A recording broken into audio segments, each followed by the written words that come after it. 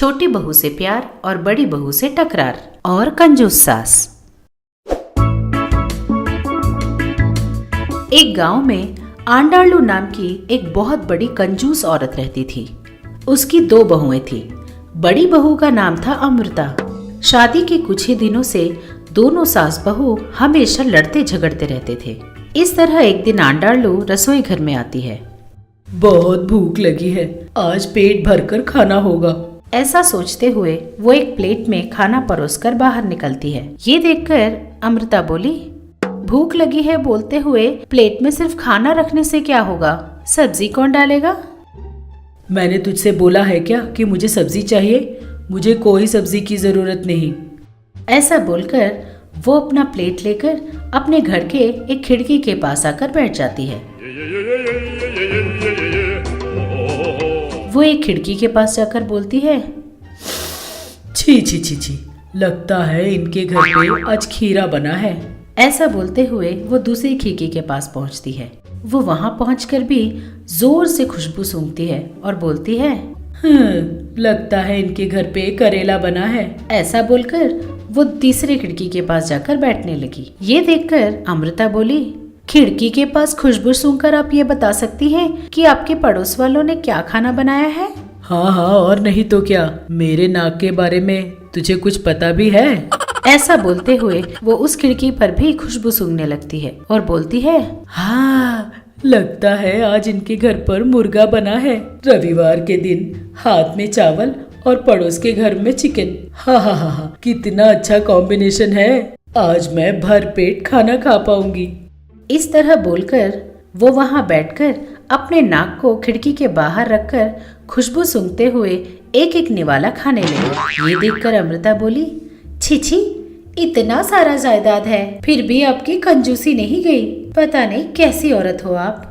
ओए, मेरा जायदाद है और मेरा घर है और ये मेरा खाना है और मेरा नाक है। तुझे इससे क्या?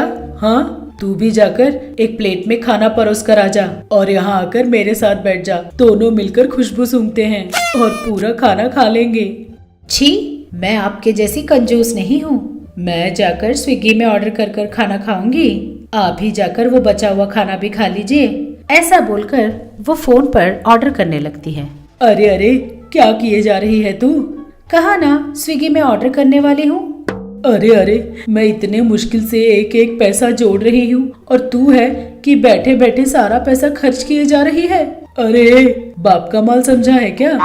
ये पैसा मेरे पति का भी है और इसीलिए मेरी मर्जी भी चलेगी। अगर आपको खाना है तो बताइए, आपके लिए भी ऑर्डर कर देती हूँ। ऐसा बोलते हुए अमृता अपने कमरे में चली जाती है और इधर आंडालू उसे गालियाँ कोसती रहती है।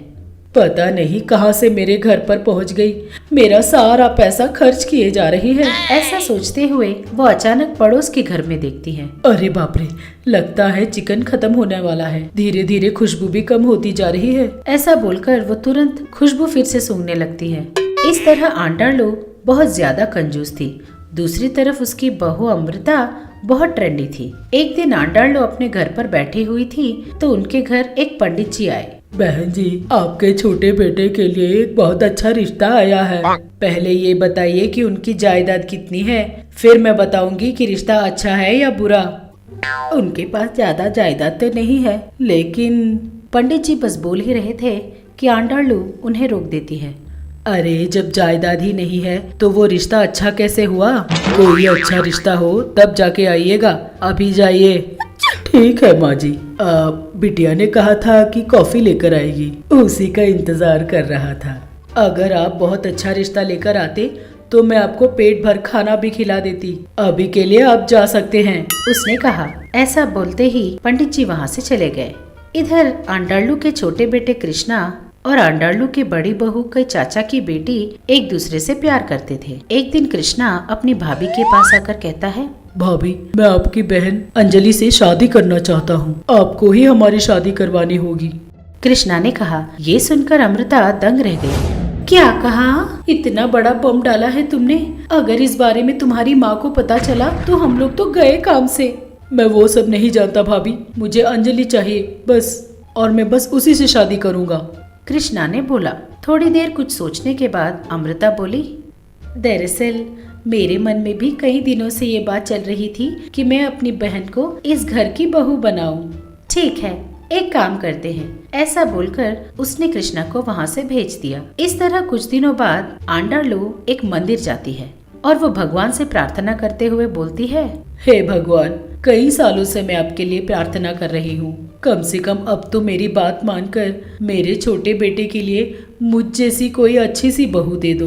ऐसा बोलकर भगवान की हुंडी में 50 पैसे डालकर जब वो बाहर निकलती है तो वो देखती है कि नारियल फोड़ने की जगह पर एक लड़की उन सारे टूटे हुए नारियलों को एक झोले में डाल रही थी।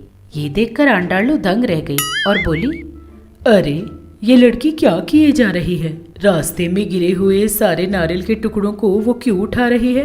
इस तरह मन में सोचकर वो उस लड़की के पास पहुंची। क्यों बेटी, इस तरह रास्ते में पड़े हुए नारियल के टुकड़ों को तुम क्यों उठा रही हो? ये बड़ा टॉप सीक्रेट है, किसी से मत बताना। इतना बड़ा सीक्रेट है तो पता तो करना ही होगा।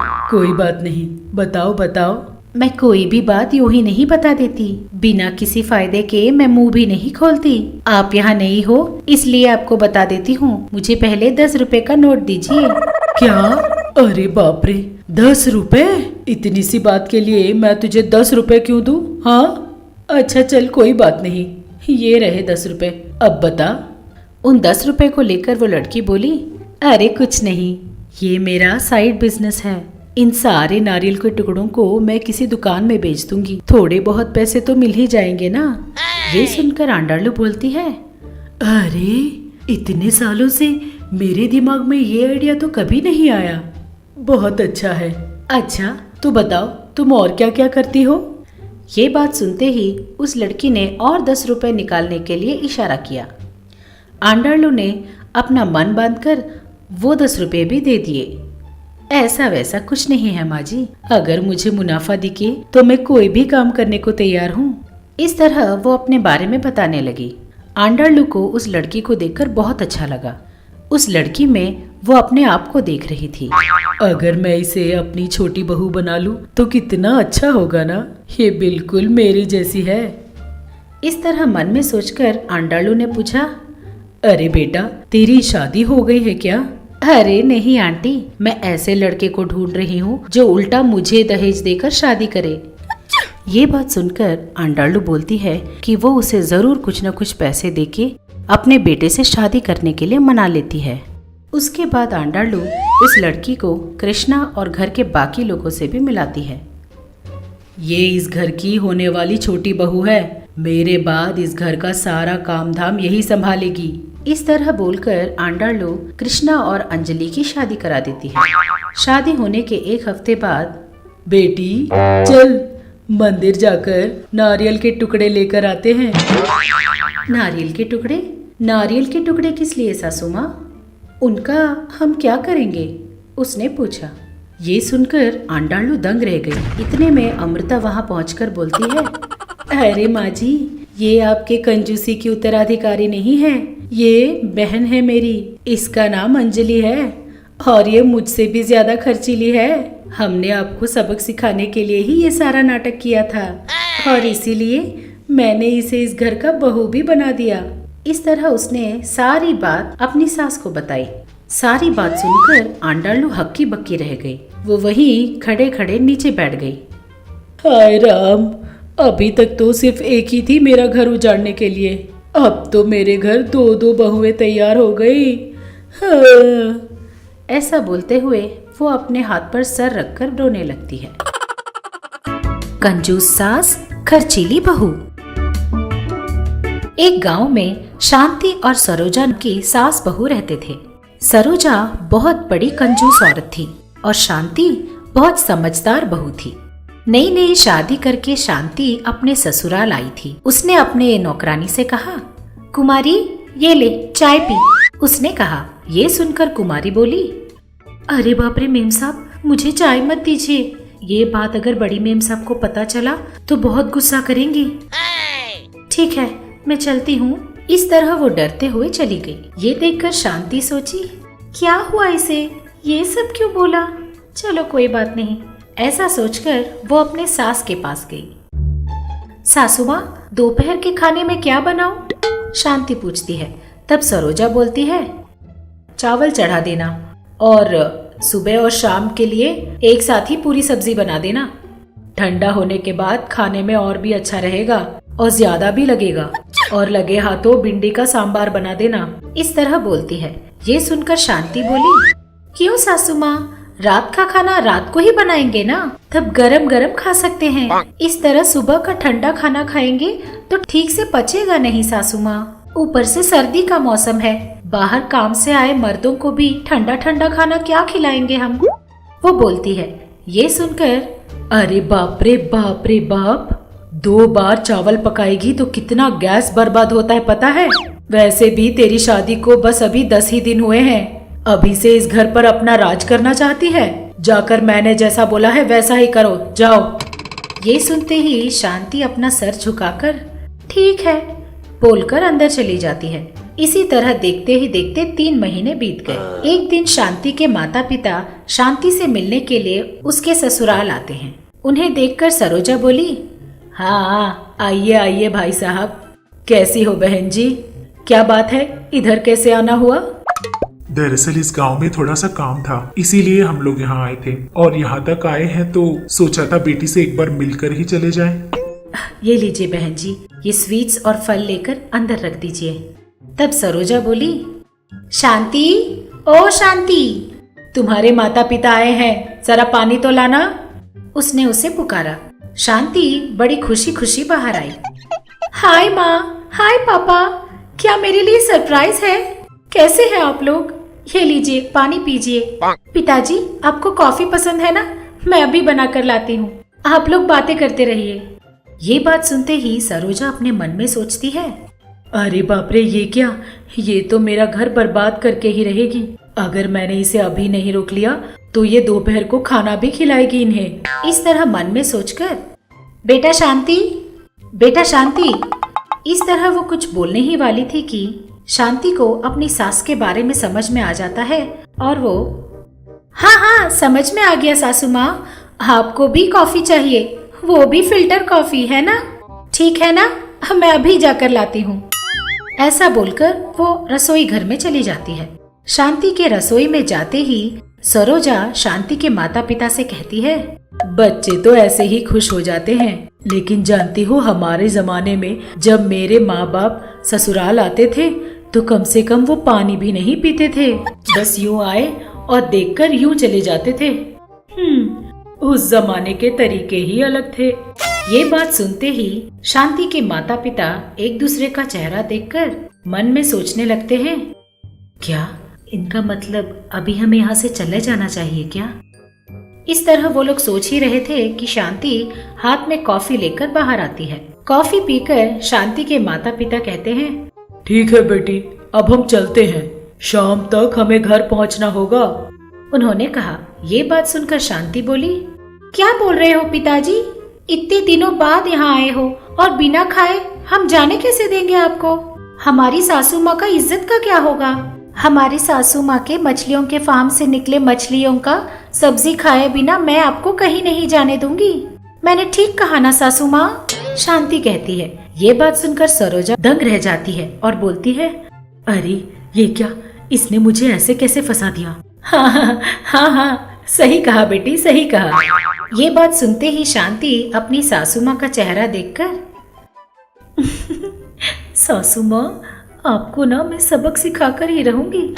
इस तरह मन में सोचकर वो रसोई घर में जाती है। शांति की माँ शांति से बोलती है, क्यों रे शांति, तेरी सास हमको पानी पीकर चले जाने को बोल रही थी और तूने हमें मछली का सब्जी खाने के लिए ये वो करके रोक लिया। ये सब क्या हो रहा है बेटी, मेरी समझ में तो कुछ नहीं आ रहा। अरे माँ, आप बिल्कुल फिक्र मत करो, इस तरह की कंजूस सासू माँ को सबक सिखाने का यही रास्ता है। गुस्सा करने से या झगड़ा करने से लोग एक दूसरे से दूर हो जाते हैं माँ, इसीलिए मैं जानती हूँ कि ऐसे लोगों को कैसे ठीक करना चाहिए। तुम फिक्र मत करो, ठीक है? इस तरह दोनों बातें करते करते दोपहर के खाने का टाइम हो गया। तब शांति अपने माँ, पिताजी और सासू माँ को बड़े प्यार से खाना परोस रही थी, लेकिन सरोजा उन दोनों के प्लेट की तरफ ही देख रही थी। शांति बोल रही थी, पिताजी और सब्जी लो ना, आपको मछली का सर बहुत पसंद है ना, और लीजिए ना। इस तरह वो पूछ पूछ कर और ज्यादा परोस रही थी। अरे माँ, तुम शर्माओ मत। जब तक तुम भरपेट खाना नहीं खा लेती, मेरी सासू माँ तुम्हें जाने देने वाली नहीं है। सही कहा ना सासू माँ? उसने कहा। ये बात सुनकर सरोजा बोली, हाँ, सही कहा बेटी। वो बोलती है। खाना खाने के बाद शांति के माता पिता चले जाते हैं। उनके जाते ही सरोजा शांति को बुलाकर बोलती है, देखो शांति, तुम्हें शायद इस घर के तौर तरीके पूरी तरह समझ नहीं आए। अभी बताती हूँ, सुनो। इस घर में जो भी लोग आते हैं उन्हें चाय कॉफी हम नहीं देते, खाना तो बिल्कुल नहीं खिलाते। किसी को भी तुम्हें यहाँ रुकने के लिए भी नहीं बोलना चाहिए। अगर किसी को खाने के लिए आना भी पड़े ना, तब सब्जियों में उतने बड़े बड़े चम्मच मत रखा करो, छोटे छोटे चम्मच रखना होगा, समझ गई? मैंने इतनी बड़ी जायदाद जोड़ने के लिए सब लोगों को दूर रखा है, लोगों को घर में आने भी नहीं दिया, और पैसा जोड़कर ये इतना सारा जायदाद कमाया है। इसका हमें ध्यान रखना चाहिए, है ना? इस तरह समझाती है। सारी बातें सुनकर शांति, सब लोगों के साथ ऐसा ही बर्ताव करना होगा क्या सासू माँ? हाँ, बस जो भी आए उनके साथ ऐसा ही बर्ताव करना होगा। ठीक है सासू माँ। ऐसा बोलकर वो अपने कमरे में चली जाती है। उसके अगले दिन ही सास की बहन श्यामला उसी गांव में किसी शादी में जाने के लिए काम से उस गांव में आकर वापस जाते जाते अपनी बहन से मिलने के लिए उसके घर आती है। अपनी छोटी सास को देखकर शांति, अरे सासू माँ नमस्ते, कैसी हो आप? आइए आइए।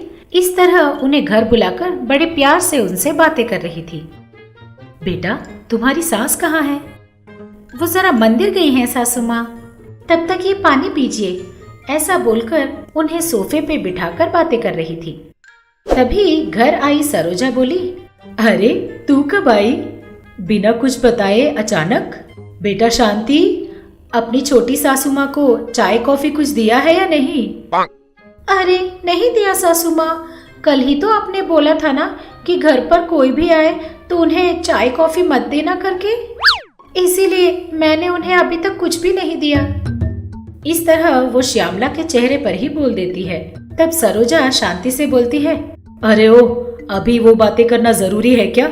चुपचाप घर के अंदर जाकर अपना काम कर, जा। इस तरह बोलकर वो उसे अंदर भिजवा देती है। ये क्या दीदी, आपकी बहू ऐसे क्यों बोल रही थी? घर आए मेहमानों को चाय कॉफी देने के लिए मना किया था क्या? क्या वो सच बोल रही थी? आपके दिमाग में कब से ऐसी कंजूसी आ गई? हाँ, अरे तू उसकी बातों पर विश्वास मत कर, जाने दे। कल उसके माँ बाप आए थे, तब मैंने ये सारी बातें उससे कही थी। ये क्या दीदी, चलो कोई बात नहीं, मैं भी शाम को ही निकल जाऊंगी। क्यों री, कहाँ जाएगी? इतने दिनों बाद अपनी बहन के घर आई है, बिना खाना खाए कहाँ चली जाएगी तू? हाँ, मैं तेरे मनपसंद का बिरयानी बनवाऊंगी, पेट भर के खा के फिर जाना, ठीक है? इस तरह बोलकर वो शांति को बुलाकर मटन बिरयानी बनाने के लिए बोलती है। खाने के टेबल पर शांति छोटे छोटे चम्मच से खाना परोस रही थी। उन छोटे से चम्मच से वो खाना परोसते ही जा रही थी। ये देखकर श्यामला बोली, ये क्या बेटी, इस तरह छोटे से स्पून से कितने बार परोसोगी? इस तरह खाना परोसते वक्त बड़े बड़े चम्मच से खाना परोसना चाहिए। तेरी सास ने तुझे बताया नहीं? क्यों दीदी? ये बात सुनते ही शांति बोली, है ना सासू माँ, मैं आपको अभी बताती हूँ कि कल क्या हुआ था। ऐसा बोलकर उसने सारी बात अपनी छोटी सास को बताई। इसीलिए सासू माँ, मैंने बड़े बड़े चम्मच के बदले ये छोटे छोटे चम्मच रखे हैं। सारी बात सुनकर सरोजा की बहन श्यामला दंग रह गई। ये बात सुनकर सरोजा बोली, हाँ हाँ, बहुत हो गई बकवास, जाकर रसोई में काम संभाल। ऐसा बोलकर बहू को वहां से भेज देती है। तब श्यामला बोली, देखो दीदी, इन सब से आपको क्या सीख मिलती है? शादी करके ससुराल कदम रखने वाली बहू एक सफेद कागज जैसी होती है। उसे उल्टा सीधा बोलकर तूने ही उसका दिमाग खराब किया है ना। देखा तुमने जो भी उससे कहा वो सब तुम पर ही उल्टा पड़ गया। वैसे भी दीदी, बहू तुम्हारे वंश की वृद्धि करने के लिए ही तो तुम्हारे घर आती है। ऐसी लड़कियों पर तुम क्यों इतना नफरत भर लेते हो? उनके माँ बाप क्या तुम्हारे घर खाने पीने के लिए आते हैं क्या? वो लोग इसलिए आते हैं कि अपनी बेटी की आंखों में खुशी देखकर घर जाकर अपने दिल पर हाथ रखकर चैन से सो सके। वो यहाँ इसलिए नहीं आते कि तुम उसे तरह तरह के खाने और पकवान खिलाओगे। देखो दीदी, मैं तुम्हारे भले के लिए ही बोल रही हूँ, सुनो। शांति बहुत ही भली लड़की है, बहुत समझदार लड़की है। तुम उसके साथ प्यार से रहो, तभी वो लड़की तुम्हें भी प्यार से ही देखेगी। इस तरह अपनी कंजूसी उस पर मत दिखाओ, समझ गई? तो मैं अब चलती हूँ। इस तरह बोलकर श्यामला अपने घर के लिए निकल जाती है। अपनी बहन की बातें सुनकर सरोजा सोचती है, श्यामला ने सही कहा, मैं बड़ी मूर्खता से पेश आ रही थी। उसने सच कहा, मैंने लोगों को दूर रखकर खूब पैसे तो कमाए हैं, लेकिन मुझसे सारे रिश्ते छिन गए। आगे से मुझे अपने आप को बदलना होगा। इस तरह मन में सोचती है। अगली सुबह सरोजा जब अपने घर के सामने बैठकर पेपर पढ़ रही थी, तब उनकी नौकरानी कुमारी बोली, माँ जी, सारा काम हो गया है, अब मैं चलती हूँ। ये बात सुनते ही सरोजा बोली, अरे रुक रुक शांति, जरा कुमारी के लिए चाय तो बनाना बेटी। ये बात सुनते ही कुमारी दंग रह गई। इधर शांति भी बहुत खुश थी कि उसका प्लान सक्सेस हुआ और उसकी सास में बदलाव आ गया।